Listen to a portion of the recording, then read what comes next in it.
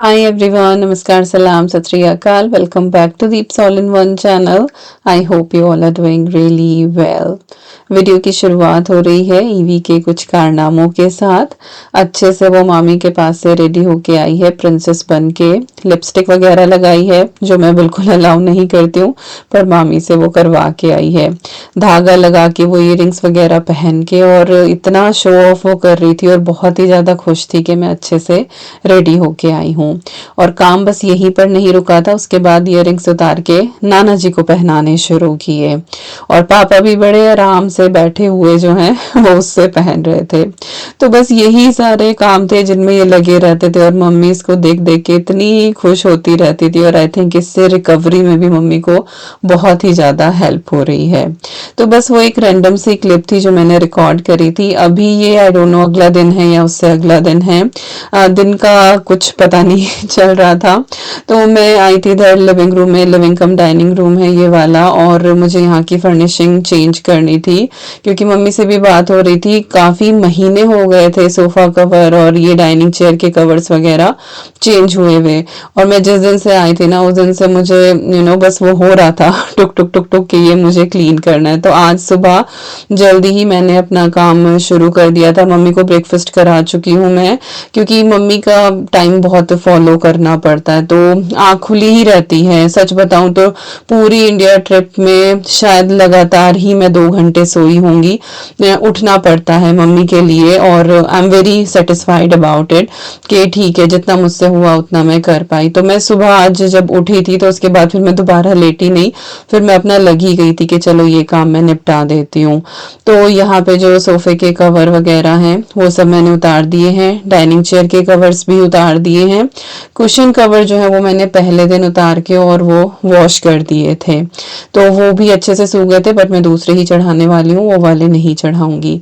हल्की सी यहाँ पे जो है वो मैं डस्टिंग कर रही हूँ। जो सेंटर टेबल है ना, इसके ऊपर जो मैट मम्मी ने लगाया हुआ था वो इतना हैवी था ना, उसको देख देख के ही गर्मी लग रही थी। तो जितने भी कवर लगे हुए थे ना वो सब सर्दियों के हिसाब के लगे हुए थे, तो उनको देख के भी उलझन सी हो रही थी कि कुछ तो वो गंदे हो रहे थे, कुछ ये था कि गर्म लग रहे हैं वो। तो मैं कहा नेट वाले जो हैं वो हल्के से बिछाती हूँ, थोड़ा सा ब्रीदेबल लगेगा और देख के थोड़ी सी ना ठंडक सी आएगी। और इस वाले रूम में एसी भी नहीं है, पंखे हैं। वैसे तो वेंटिलेशन बहुत अच्छा रहता है और देवबंद में टेम्परेचर भी बहुत ज़्यादा हाई नहीं जाता है, और फिर घर भी हमारा इतना बंद बंद सा है ना ये कि यहाँ पे ठंडक रहती ही रहती है। बट स्टिल फर्निशिंग जो है वो बहुत बड़ा रोल प्ले करती है।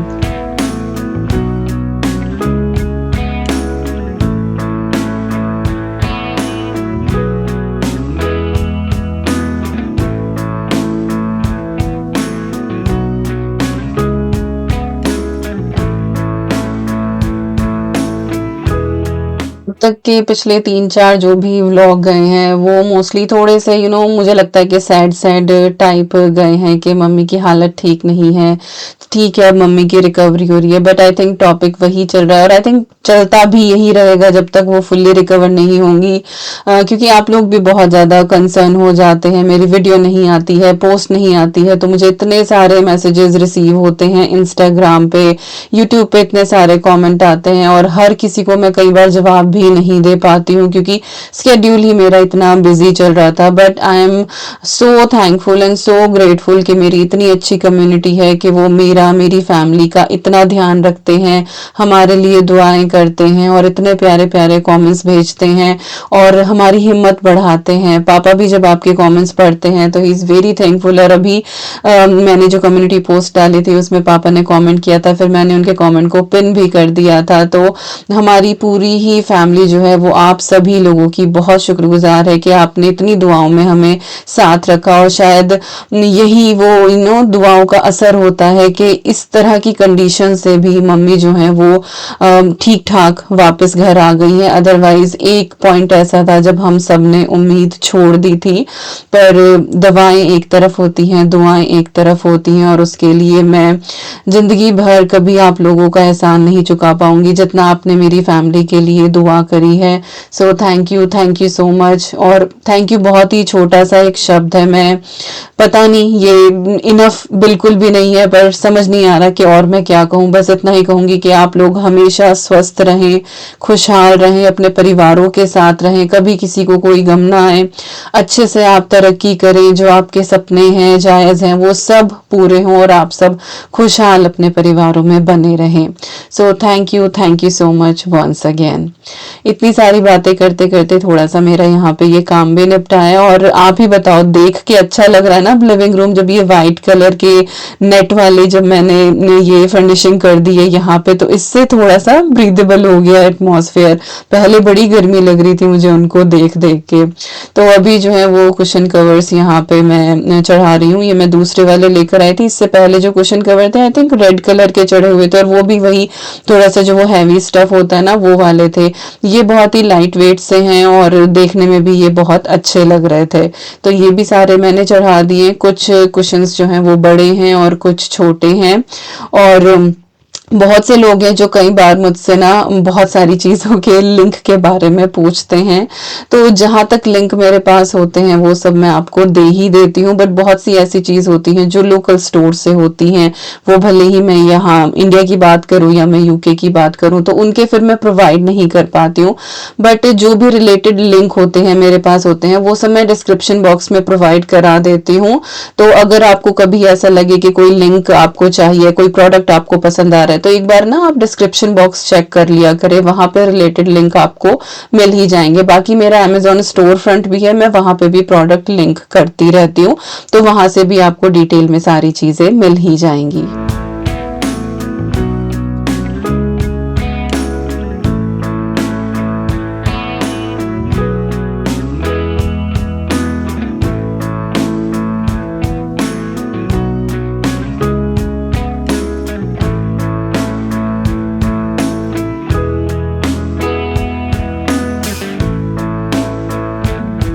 तो यहाँ पे फर्निशिंग का जो काम था वो सारा का सारा डन हो गया है। और जो कपड़े मैंने कल धुले थे ना वो नीचे ही डाल दिए थे। साइड में ना एक बहुत बड़ी सी गैलरी है, तो वैसे तो धूप में भी ऊपर डाल ही सकते हैं, लेकिन जैसे बाहर इतनी गर्मी हो रही है ना, तो अगर बाहर उस गैलरी वाले तार पे भी कपड़े डाल देती हूँ ना, तो वो बहुत ही आराम से सूख जाते हैं। और ये है वो सेंटर टेबल वाला कवर जो फिलहाल मैं फोल्ड कर रही हूँ, तो मैंने इसको दोबारा नहीं डाला है। टेबल के बीच में मैंने बस जो है वो एक कोस्टर सेट पूरा रख दिया था, एंड आई डोंट नो कि वो मैंने रिकॉर्ड किया या नहीं किया, तो टेबल को मैंने ऐसे ही रहने दिया। और फिर डस्टिंग करने में भी आसानी होती है, कवर हो ना उसके ऊपर फिर धूल बैठती ही चढ़ी जाती है, और फिर ये वो और ज्यादा डस्टी और ज्यादा मैला मैला लगने लगता है। तो टेबल मैंने ये वाली भी ऐसे ही छोड़ दी है। इसके बाद ये बाहर वाला ही रूम है, लिविंग रूम से लगा हुआ है, ये एक्चुअली गेस्ट रूम है। बट अभी जैसे मैं भी आई हुई हूँ और मम्मी को भी ये है कि हर टाइम कोई ना कोई चाहिए ही होता है किसी न किसी काम के लिए, तो शक्ति भी जो है वो अंदर बेडरूम में ही है। तो फिलहाल ये रूम जो है वो पापा यूज कर रहे हैं, क्योंकि उनका बेडरूम जो है वो हमने हथियाया हुआ है। तो मैं और शक्ति 24 आवर मम्मी के साथ रहते ही हैं। मैं कुछ काम कर रही हूँ तो शक्ति मम्मी को असिस्ट करता है, या फिर शक्ति कहीं कुछ काम कर रहा है, क्योंकि उसका बाहर का भी रहता है कि ये ले आओ, वो ले आओ, दवाई ले आओ, तो वो जाता है, तो फिर मैं मम्मी के साथ हमेशा रहती ही हूँ। तो इस तरह से जो है वो सारी चीजें हमारी मैनेज हो रही हैं। तो मेरे पास यहाँ पे ट्राइपॉड था नहीं, तो मैं जगह जगह जो है ना वो अपना मोबाइल रख के सेट करती थी, और कई बार मुझे देखना भी पड़ता था कि सही से सारी चीजें आ भी रही हैं या नहीं आ रही हैं। और कोई ऐसा मेरे पास पर्टिकुलर कोई कंटेंट भी नहीं था कि मुझे इस चीज से रिलेटेड कुछ बनाना है। बस मैंने ये सोच लिया था कि चलो जो मैं कर रही हूँ वो मैं रिकॉर्ड करती चली जाऊंगी, आप लोगों को भी वीडियोस मिल जाएंगी और मेरी भी कुछ मेमोरीज जो है वो सेव हो जाएंगी। अदरवाइज ये बहुत लंबा सा एक गैप हो जाएगा। सोचा था कि इंडिया रहते हुए वीडियोस जो हैं वो मैं अपलोड करूंगी, बट रिकॉर्ड ही हो पाई हैं। एडिट वॉइस ओवर का बिल्कुल भी टाइम नहीं मिला। कुछ एक शॉर्ट्स भी मैंने एडिट करी थी, बट उनका भी फिर मैं वॉइस ओवर नहीं कर पाई। और फिर मैंने सोचा कि चलो, जब वो 10-12 दिन का गैप हो ही गया ना, फिर मैंने सोचा कि चलो कोई नहीं, अब मैं इस चीज की तरफ ध्यान ही नहीं देती हूँ। पोस्ट मैंने आप लोगों को डाल ही दी थी कि अब मैं जो है वो यूके जाके ही सारी वीडियोस जो भी मैंने रिकॉर्ड करी हैं वो मैं डालूंगी। तो बस अभी वही सारी वीडियोस मैं यहाँ पे एडिट करके आपके साथ शेयर कर रही हूँ। अच्छा, जो बेडशीट्स है ना मम्मा के पास एक्स्ट्रा, वो मम्मी वाले बेड में ही रखी हुई है और उधर की तरफ वो लेटी हुई थी। तो मुझे दूसरी बेडशीट मिली नहीं और इधर इस वाले रूम की मुझे चेंज करनी थी। तो यहाँ यूके से ना मैं 3-4 बेडशीट लेके गई थी, जो इस तरह की हैं, थोड़ा फिसला फिसला सा कपड़ा है, जो मुझे थोड़ी यहाँ पे ठंडी लगती हैं। कुछ ऐसी थी जो हैवी हैं, जिनको मुझे धुलने में दिक्कत हो रही थी यहाँ पे। तो वो मैं इंडिया लेके चली गई थी इस बार ससुराल के लिए, कि वहां पे वो सारी चीजें इस्तेमाल हो जाएंगी। धुलने का भी वहाँ फैसिलिटी, सूखने की फैसिलिटी है, क्योंकि कुछ ऐसी बेडशीट होती है जिनको आप टम्बल ड्रायर में नहीं डाल सकते, बाहर धूप इतनी होती नहीं है। तो मैं वो लेके गई थी। तो जब मुझे इस रूम के लिए दूसरी बेडशीट नहीं मिली, तो फिर मैंने उसमें अपनी ही निकाल के फिर मैं कहा चलो मैं ये बिछा देती हूँ। तो ये वाली बेडशीट आपने यूके भी देखी होगी, तो मैंने फिर ये वाली यही डाल दी। बाकी की जो 3-4 थी फिर वो मैं ससुराल लेके चली गई थी। तो ये वाली पापा को भी बहुत अच्छी लगी, बट पापा को प्योर कॉटन ज्यादा पसंद है। ये आई थिंक ग्लेस कॉटन है, थोड़ी सी ये फिसली फिसली ही रहती है। बट ये था कि जब तक वो दूसरी वाली पापा की फेवरेट रेड वाली धुल के आती है, तब तक मैं 2-4 दिन मैं इसको ही बिछा देती हूँ, फिर उसके बाद मैं इसको चेंज कर दूंगी। तो इन दिनों जो है वो वेदर थोड़ा सा बेटर ही चल रहा था। काम करते हुए तो देखो गर्मी लगती है, लेकिन अगर आप नॉर्मली बैठे हुए हो तो फिर ऐसा नहीं था कि पसीने आ रहे हैं। लास्ट टाइम जब हम अगस्त में आए थे ना, तब तो कुछ करो या ना करो, टप टप टप टप इतने पसीने रहते थे, इतनी ह्यूमिडिटी थी ना। इस बार का जो वेदर था, या ये बोल दो कि जो मई जून का महीना होता है, ये थोड़ा सा ड्राई रहता है, इसमें वो टप टप पसीना नहीं बहता है। हाँ, आप कुछ ज्यादा इंटेंस काम कर रहे हो तो फिर गर्मी लगती ही लगती है।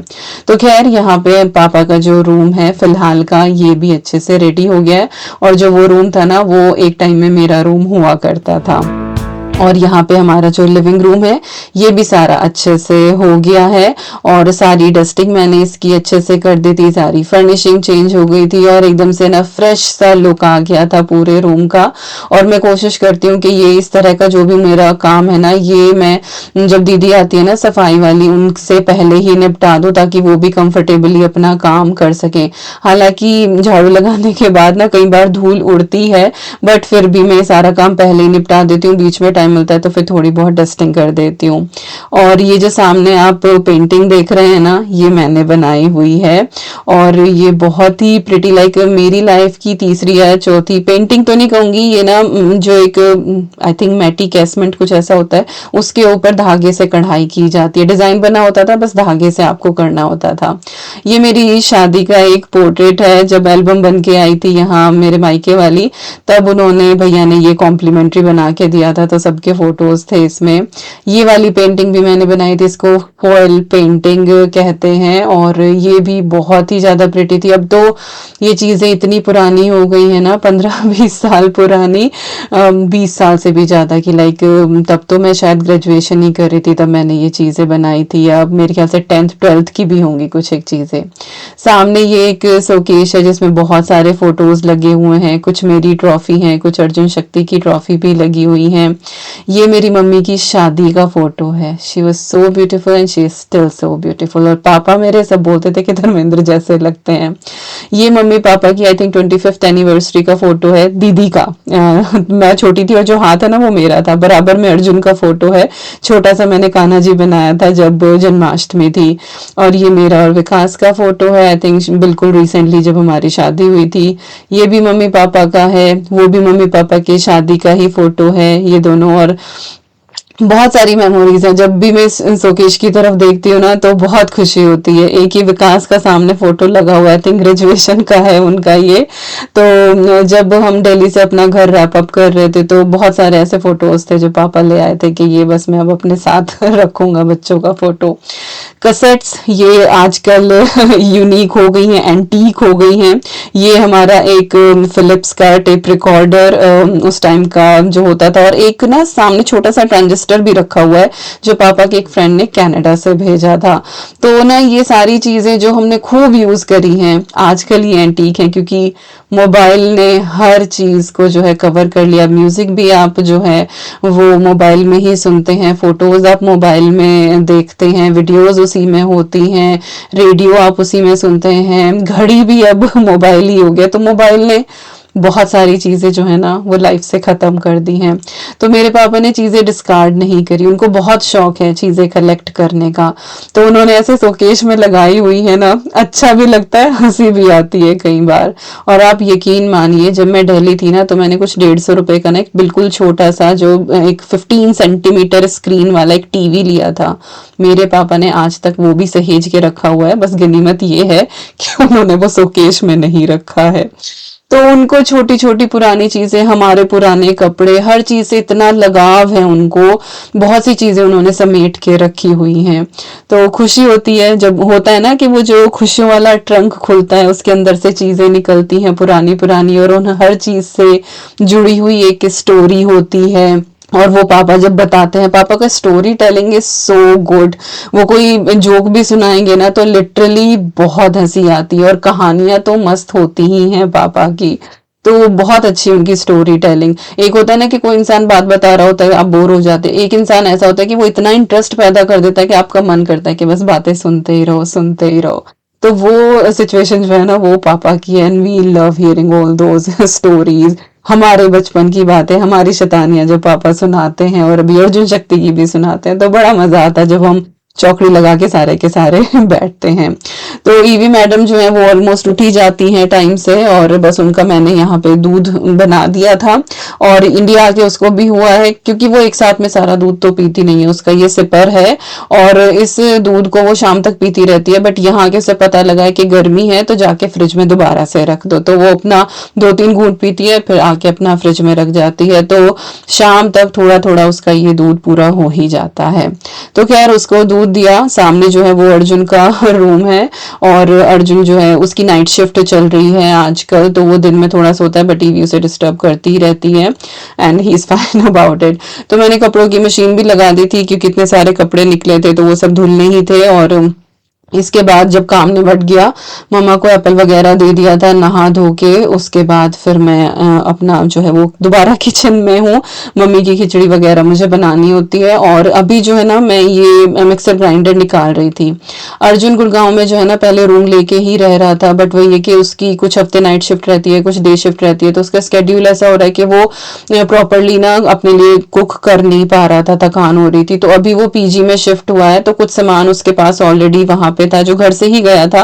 तो ये मिक्सर ग्राइंडर उसी के पास था कि कभी बनाना शेक बना लिया, इस तरह की चीजें ना लड़के इतना ही कर पाते हैं। वो बहुत ज्यादा कुकिंग में नहीं है। शक्ति सब कुछ कर लेता है, वो खाना वाना सब बना लेता है, बट अर्जुन इज लाइक कि हाँ अपना मैगी बना लेगा, ब्रेड टोस्ट कर लेगा, ऑमलेट बना लेगा, और साथ में जो है अपना स्मूदी वगैरह बना लेगा। वो बस इतना करता है, पेट भर लेता है, बट स्टिल इसमें भी उसको दिक्कत हो रही थी।